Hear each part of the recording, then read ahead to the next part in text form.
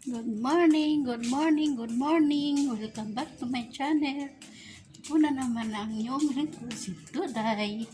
Ngayon po, ipapakita ko po sa inyo. Bibisitahin natin yung ating mga halaman.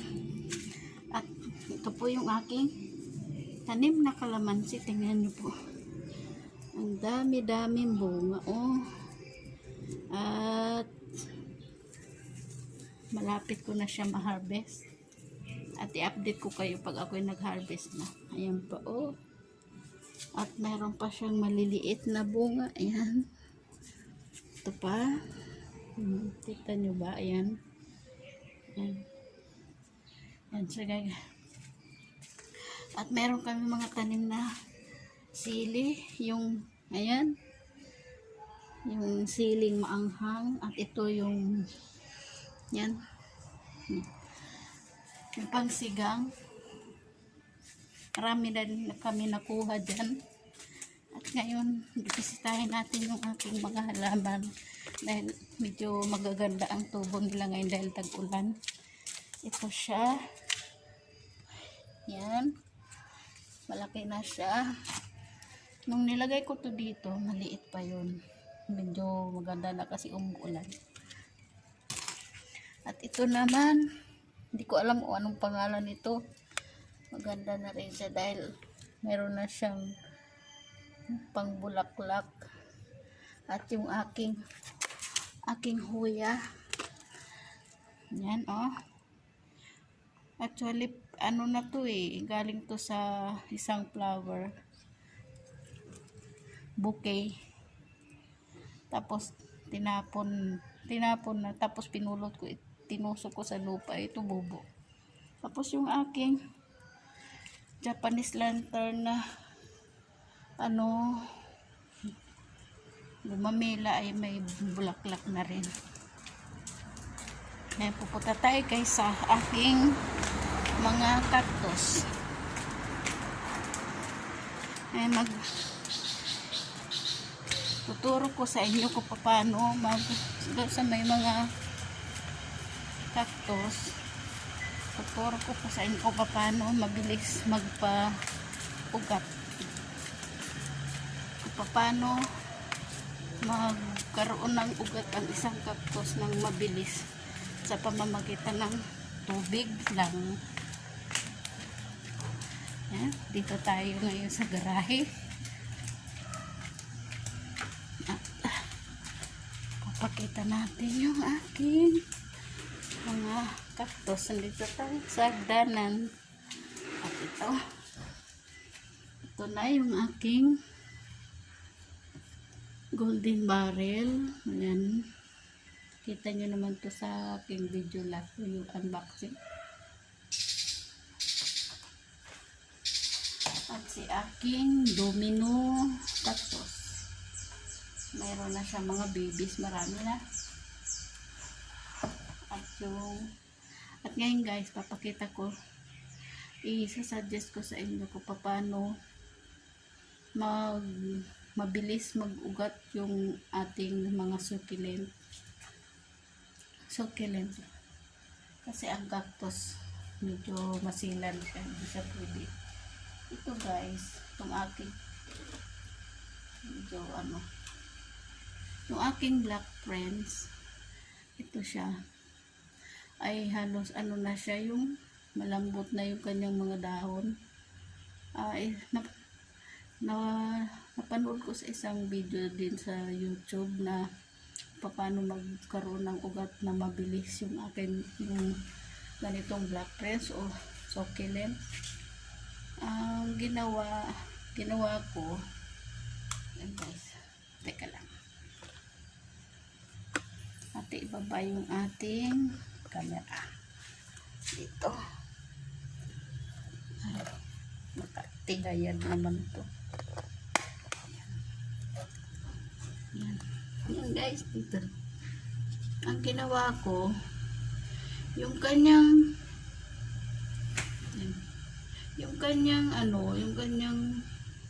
ito, papakita ko sa inyo. Mayroon yung kanyang katawan ay aking pinutol.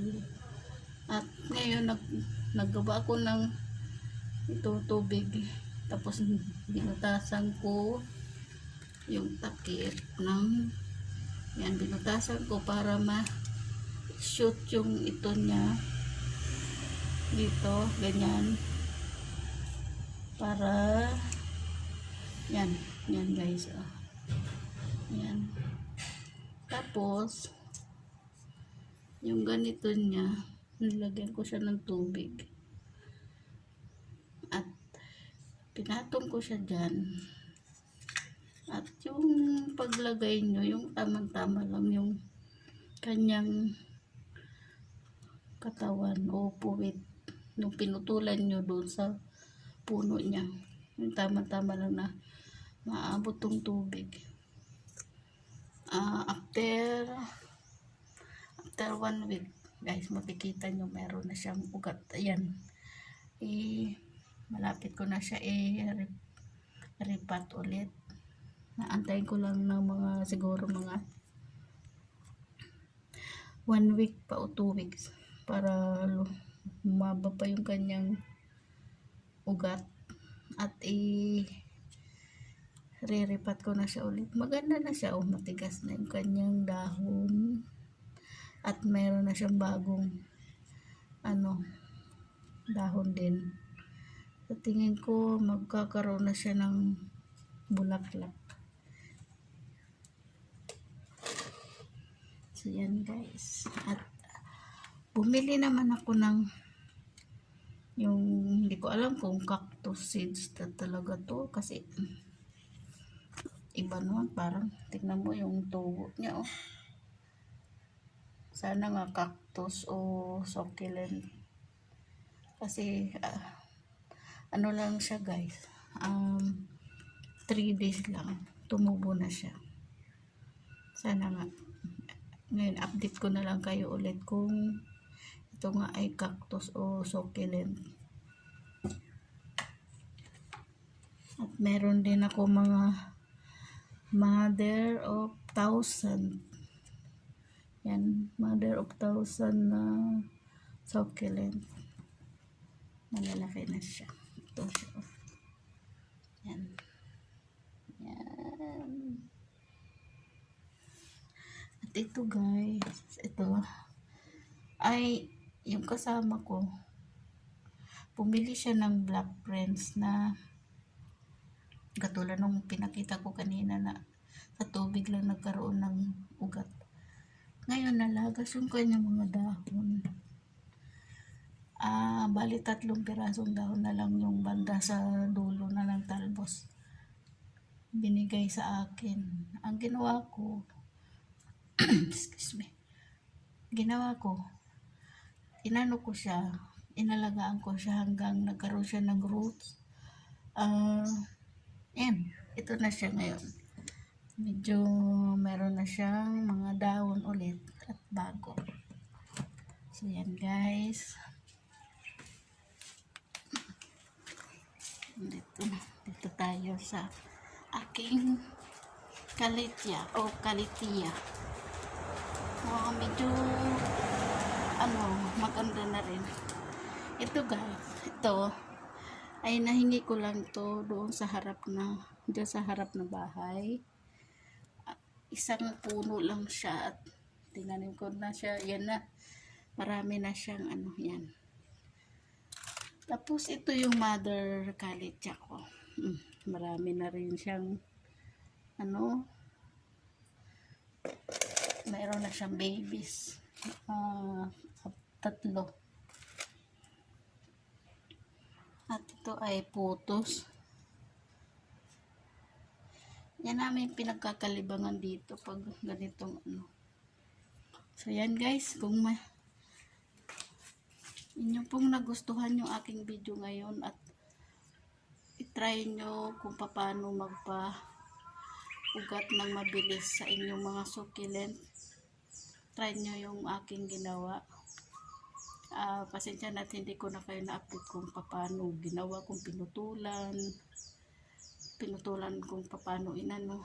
Kasi talaga na siya, bulok na yung kanyang puno. Kaya pala sabi ko parang ang lambot na nung nung dahon. Tapos nung tiningnan ko, bulok na yung kanyang puno at brown na siya.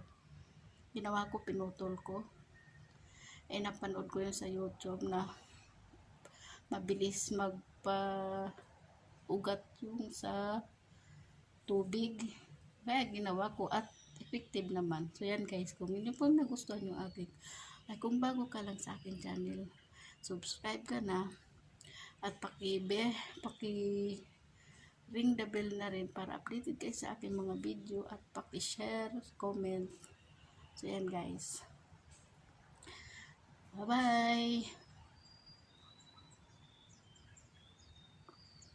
Ayaw mapindot. Bye-bye guys!